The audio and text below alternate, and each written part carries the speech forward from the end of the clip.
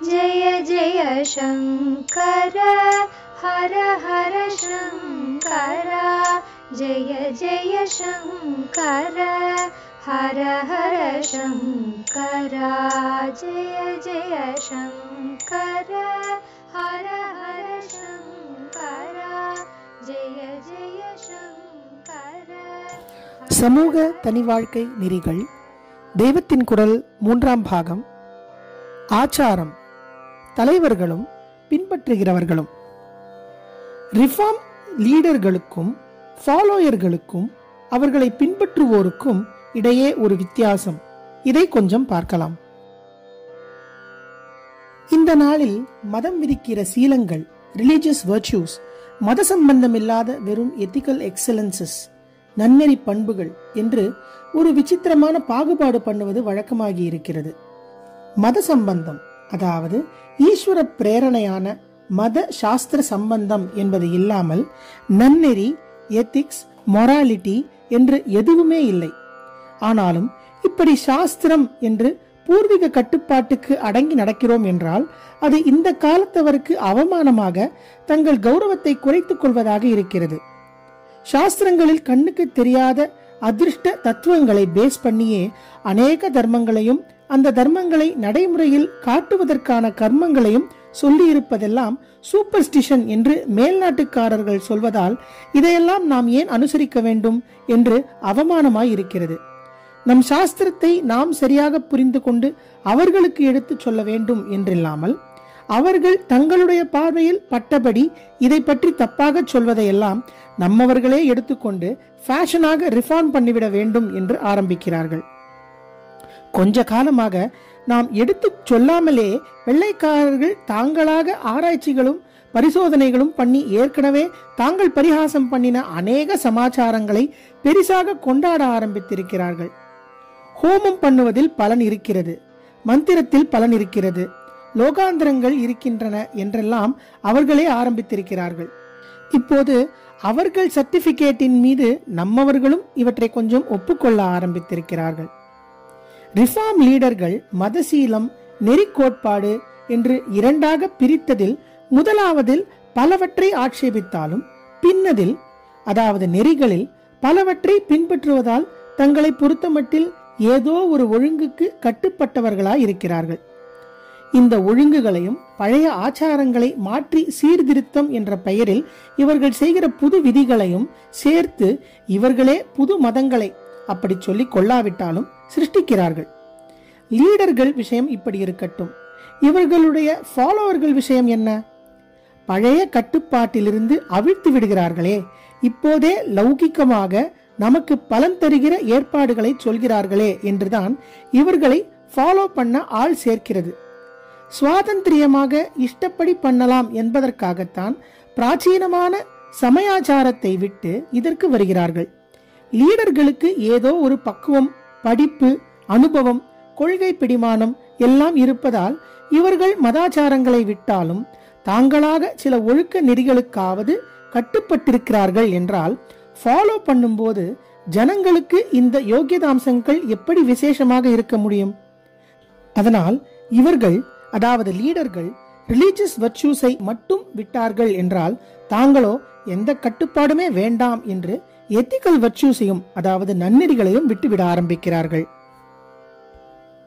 சமயாச்சார வேலையை நீ உடைக்கலாம் என்று சீர்திருத்த தலைவர் முதலில் சொல்லிக் கொடுத்தால் அப்படி உடைத்து சுதந்திரத்தில் ருசி கண்ட ஜனங்கள் நீ போட்டிருக்கும் மாரல் வேலையையும் உடைப்பேன் என்று பிற்பாடு அவரிடமே திருப்பிக் கொள்கிறார்கள். பார்க்கவில்லையா? சடங்கும் ஆலய பூஜையும் சம்ஸ்கிருதத்தில் மட்டும் ஏன் பண்ண வேண்டும் என்று கேட்பதற்கு தேச தலைவர்கள் முதலில் ஜனங்களுக்கு சொல்லிக் கொடுத்தார்கள். அப்புறம் ஜனங்கள் அவர்களிடமே திருப்பிக் கொண்டு ஹிந்தி மாத்திரம் ஏன் நேஷனல் லாங்குவேஜாக இருக்க வேண்டும் என்று கேட்டு பெரிய கலகமாகவே ரயிலை கவிழ்த்தும் பஸ்ஸை கொளுத்தியும் எதிர்க்க ஆரம்பித்து விட்டார்கள். சத்தியாகிரகம், சிவில் டிசொபீடியன்ஸ், மறியல் என்று எதையெல்லாம் அந்நிய ராஜாங்கத்தை எதிர்த்து ரொம்ப முக்கியமான விஷயங்களுக்காக ஆதியில் சொல்லிக் கொடுத்தார்களோ அவற்றையே இப்போது உப்பு போதாத விஷயங்களுக்காக இவர்களை எதிர்த்தே ஜனங்கள் செய்கிறார்கள். சாதாரண ஜனங்களை கிளப்பிவிடும் போது எத்தனை முன்யோசனை வேண்டும் என்று நினைக்காததன் பலனை அனுபவிக்கிறோம். கதை சொல்வார்கள். பிரதிவாதி கடனை திருப்பித் தரவில்லை என்று வாதி பிராது போட்டானாம்.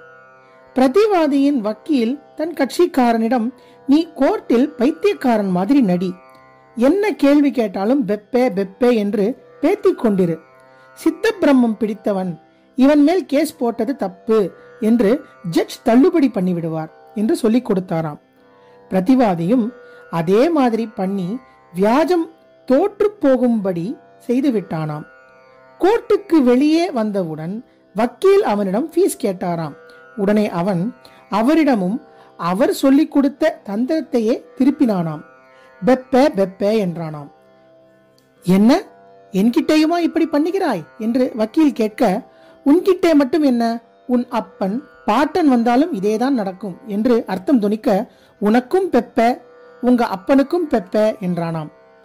இப்படித்தான் ரிஃபார்மர்கள் சாஸ்திரம் சொல்கிற ஒழுங்குகள் வேண்டாம், நாங்கள் சொல்கிற ஒழுங்குகளை கடைபிடியுங்கள் என்றால், ஃபாலோயர்கள் முதலில் பிரதிவாதி வக்கீல் துணையில் கேஸை சாதகமாக்கி கொண்டது போல இந்த லீடர்களின் சகாயத்தில் தங்களுக்கு சமூகத்தில் அநேக ஆதாயங்களை அடைந்துவிட்டு கொஞ்ச நாள் ஆன அப்புறம் சாஸ்திர ரூலுக்கும் பெப்ப உன் ரூலுக்கும் பெப்ப என்று எந்த ஒழுங்கும் இல்லாமல் போக ஆரம்பிக்கின்றார்கள். இம்மாதிரி சந்தர்ப்பத்தில் தன்னளவில் ஓரளவு நன்றாகவே சுத்தராக உள்ள லீடர்கள் தங்களை சேர்ந்தவர்களையே கண்டித்துவிட்டு தாங்களும் பட்டினி கிடப்பது போல ஏதாவது பிராயச்சித்தம் பண்ணி கொள்கிறார்கள். மற்ற தலைவர்களுக்கு தங்களை சேர்ந்தவர்கள் விட்டுவிட்டு போகிறார்கள் என்றால் அவமானமாய் இருக்கிறது. அதனால் கண்டும் காணாமலும் ஏதோ தட்டி கொடுத்து கொண்டு போகிறார்கள். ரொம்பவும் மிஞ்சி போனால்தான் எக்ஸ்பெல் பண்ணுகிறார்கள், ஸ்தாபனத்திலிருந்து வெளியேற்றி விடுகிறார்கள். அநேகமாக அந்த துணிச்சல் இவர்களுக்கு வருவதற்குள் இவர்களிடம் அபிப்பிராய பேதப்பட்டவர்களே பலமடைந்து தாங்கள் மட்டும் சேர்ந்து இன்னொரு சீர்திருத்த இயக்கம் ஆரம்பிக்கிற ஸ்திதிக்கு வந்து விடுகிறார்கள். அதனால் நீங்கள் என்ன எக்ஸ்பெல் பண்ணுவது, நாங்களே முழுக்கு போட்டுவிட்டு வெளியில் வந்துவிட்டோம் என்கிறார்கள். பிரத்யக்ஷ சான்று. இந்த நூற்றாண்டில் பிரத்யக்ஷமாக திரும்ப திரும்ப பார்த்த விஷயம் சொல்கிறேன். தர்மசாஸ்திர ஆச்சாரங்கள் எத்தனையோ 1000 வருஷங்களாக பிளவுபடாமலே இருந்திருக்கின்றன. அத்வைத்தம், துவைத்தம், விசிஷ்டாத்வைத்தம் என்றெல்லாம் தத்துவ ரீதியில் பிரிந்த போதும் கூட இவர்கள் புது புது தர்மசாஸ்திரங்களை எழுதி வைத்துக் கொண்டு விடவில்லை. பழைய சாஸ்திரங்களின் படியேதான் பெரும்பாலான ஆச்சாரங்கள் இருந்தன. ஆதியில் இருந்த ஆபஸ்தம்ப ஆஸ்வலாயனாதி சூத்திரங்களும் மனு தர்ம சாஸ்திரம், நிபந்தன கிரந்தங்கள் முதலியனவும் தான் எல்லா சித்தாந்தங்களுக்கும் பொதுவாக தொடர்ந்து இருந்திருக்கின்றன. இவற்றுக்குள்ளேயேதான் சில சித்தாந்திகள் சிலதை விட்டும் சிலதை சேர்த்தும் சிலதை கூட்டியும் சிலதை குறைத்தும் பண்ணுகிறார்கள். இப்படி வைதிக ஆச்சாரமானது ஆயிரக்கணக்கான வருஷங்கள் ஒரே மாதிரியாக இருந்து வந்திருக்க, ஒரு நூற்றாண்டுக்குள்ளேயே அநேகமாக இந்து மத சீர்திருத்த இயக்கங்களாக தோன்றிய எல்லாவற்றிலும் பிளவுகள் ஏற்பட்டு வெவ்வேறு குரூப்புகள் தோன்றிவிட்டன. மத சீர்திருத்த அம்சங்களையே நிறைய கொண்ட அரசியல் கட்சிகளிலும் இப்படியே ஒவ்வொன்றும் 2ஆக 3ஆக உடைந்து போயிருக்கின்றன. இப்படி இதுகளுக்கு ஸ்டெபிலிட்டி, ஸ்திரத்தன்மை போதாததே இவற்றிலே சத்தியபலம் குறைச்சல். இவற்றை ஆரம்பித்தவர்களுக்கு அவர்கள் நல்லவர்களாகவும் நல்ல நோக்கம் உள்ளவர்களாகவும் இருந்தாலும் தப்போபலம் குறைச்சல் என்பதற்கு அழுத்தமான ப்ரூஃபாக இருக்கிறது. கொள்கைகளின் சத்தியமும் அவற்றை சொன்ன ரிஷிகளின் தபோ பலமும் தான் வைதிக சமயாச்சாரத்தை யுக யுகாந்திரங்களாக காப்பாற்றி இருக்கிறது. இன்றைக்கு இத்தனை சீர்திருத்த மத இயக்கங்கள் ஏற்பட்ட பின்னும் 3/4 மேலான ஜனங்கள் இவற்றில் சேராமல் மூலமான ஹிந்து மதத்தில் தான் ஒட்டி கொண்டிருக்கிறார்கள். வெளியிலே ஆச்சாரத்துக்கு மாறாக சொல்கிறவர்கள் கூட உள்ளூர அதற்கு கொஞ்சம் பயப்படத்தான் செய்கிறார்கள். தங்கள் சொந்த விஷயத்தில் ரகசியமாக அநேக சூப்பர்ஸ்டிஷன்களை அனுசரித்துக் கொண்டுதான் இருக்கிறார்கள். இப்படி அநேகம் என்னிடம் அற்றுப்படியாகி கொண்டிருக்கின்றன. எலெக்ஷனுக்கு டெபாசிட் கட்டுவதென்றால் எத்தனை ரேஷனலிஸ்ட் ஆனாலும் நாள் நட்சத்திரம் பார்த்துதான் செய்கிறார்கள் என்று கேள்வி. ஜெய ஜெய சங்கர, ஹரஹர சங்கர, மகாபிரியவா சரணம்.